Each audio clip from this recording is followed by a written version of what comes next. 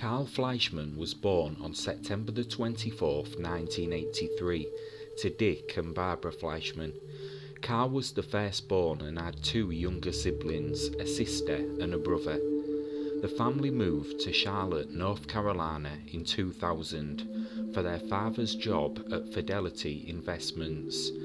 Carl graduated from Charlotte Catholic High School and later attended Elon College, where he was a member of the Kappa Alpha fraternity. He graduated in 2006 with a degree in business administration. After leaving college, he would also get a job at Fidelity Investments, an investment firm where he was an executive. Carl had left home and lived in a condominium with roommates, but despite living away, he was still extremely close to his family. Those who knew him would describe him as a responsible young man. He was also someone who was both trusting and caring, and someone that made friends easily and could lift the spirits of those around him, something which would be tested when his mother was diagnosed with breast cancer. He loved and supported his mother and was always by her side as she fought her battle with the illness. Carl was not the sort of man that wouldn't be there for her. At the time of his disappearance, Carl was happy. He had no personal or financial problems. On November the 8th, 2007, 24-year-old Carl, his sister, his mother Barbara and Carl's best friend Daniel took a cab to a Dane Cook comedy show. Given Barbara's cancer diagnosis, the night was an opportunity to take her mind off it and cheer her up. They had planned on having a few drinks, so didn't want to risk or worry about driving home. Once the show ended, Barbara and his sister left to head home, and Carl went with Daniel to a popular bar, the Buckhead Saloon in downtown Charlotte, for the night. The pair had a few drinks at the bar, but as Daniel had to work the next day, he opted to leave earlier than Carl. With Daniel leaving at around 1 AM, Carl said he was going to stay for a while. With his outgoing personality, Carl had got talking to a couple of people in the bar. Daniel said Carl was not intoxicated at this point, so he was comfortable heading home. Surveillance cameras capture Carl dancing with a woman. She then later leaves with 3 men.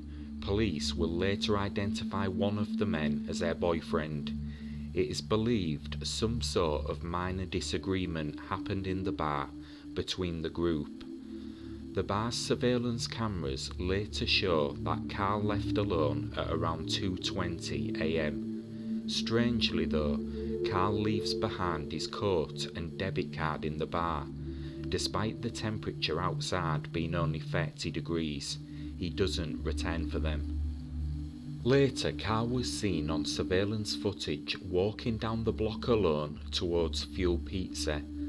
An employee there remembers him coming inside the restaurant at around 2:30 AM.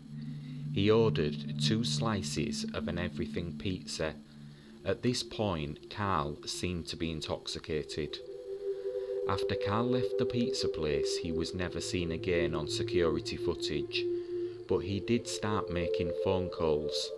Starting after he left the pizza shop, Carl reportedly makes several calls to family and friends, presumably to get a lift home. He tried to call his father's business phone, his roommate, his sister, and Daniel, but no one answered, and he didn't leave any voicemails. Phone records indicate he was still in the uptown area during this time. His last call was at 3:38 AM. A cab driver thinks he saw a man fitting Carl's description walking on North Davidson Street at 3:25 AM. He couldn't say for sure whether the man he saw was Fleischmann or not, but like Carl, he was walking without a jacket. If this was Carl, this would be the last sighting of him. Since then, his cell phone has been turned off. The next morning, when his friend Daniel woke up and noticed Carl's car was still in his driveway, he knew something was wrong. Panicked after seeing the missed calls, he rang Carl's other friends, roommates and parents to check if he had returned to any of their places.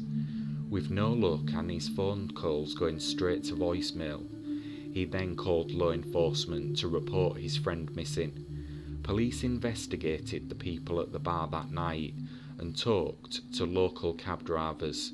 No useful information was gathered. They also talked to the pizza shop employees. When Carl's father heard the pizza order, he knew it was him. That is what Carl orders all the time. Although it appeared his phone was now switched off, as is standard in these type of cases, the police tracked his phone pings. When the results came back, they were somewhat shocked and concerned by what came back.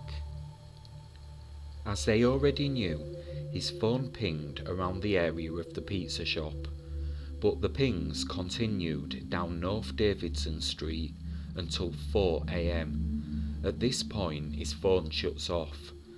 This part of town, and this street in particular, is said to be an extremely dangerous and violent area, and Carl knew this part of town was dangerous and would never normally willingly venture to this area.